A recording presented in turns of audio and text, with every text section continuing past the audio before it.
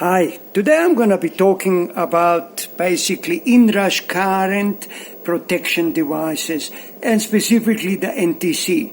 NTC is a special kind of a resistor which you get in different sort of shapes, colors, sizes, and of course for different current protections of the inrush current. Now the NTC, what it stands for is actually negative temperature coefficient. What it means, it basically changes the resistance with the temperature. The higher the temperature, the lower the resistance. The cooler the device, the more the actual resistance. And that actually is used to protect whether it's a resistive load or inductive load or mixed load or capacitive load, it makes no really difference.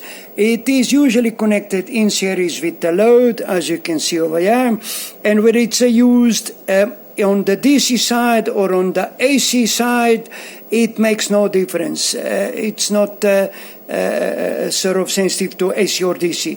It operates exactly the same in both sort of situations, both applied voltages. In my setup today, basically, I've drawn a quick diagram. I'm going to use one of these devices, okay? I'm going to use one of these devices. And basically, it depends, I'm using a DC, about 13, something volt, 13.6 volt or so. Okay, so I've got the amp meter, which is this one here, connected. Then after the amp meter, I'm going to be basically connecting the NTC, which is connected in series with my load. And this is my actual load, which can handle several hundred watt. Okay, and then of course, across the load, I have got my scope probe, my oscilloscope basically connected, basically right across the load, which is connected over there. Okay, so on that note, I'm going to connect it up now, a direct, without the actual NTC, and then we measure the current, and then later on I'll display it on the scope, the actual waveforms.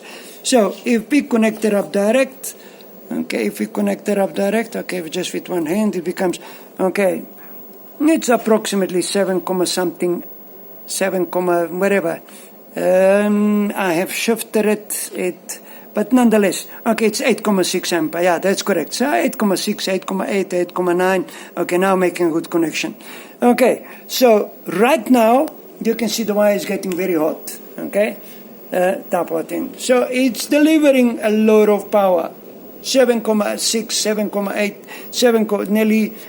8.9 ampere at 12 volt. That's quite a bit of load, Now, I want to protect that. How do I do it? Very simple, okay, that inrush current. And you will see that inrush current, that 7 ampere, you will see it over here. At the point on switching on, of course, okay, it's only used, okay, protects it. Now, let me show you, okay, now it's still the same load, okay, still scope connected and things like that, okay. So, let me connect it up. Look at it, much lower, it's approximately 3.8 at the point of switching on, and you can see it's going up and up and up and up.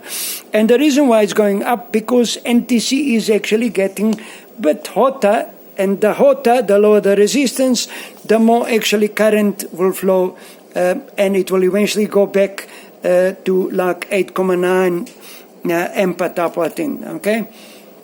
So basically what this thing actually does,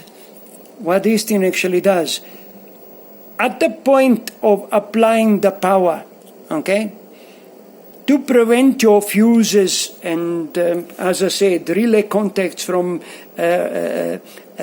arcing and melting and blowing your fuses and your circuit breakers, because sometimes, the current at the point of switch on can be like anything 50, 20 times, 50 times, 100 times higher.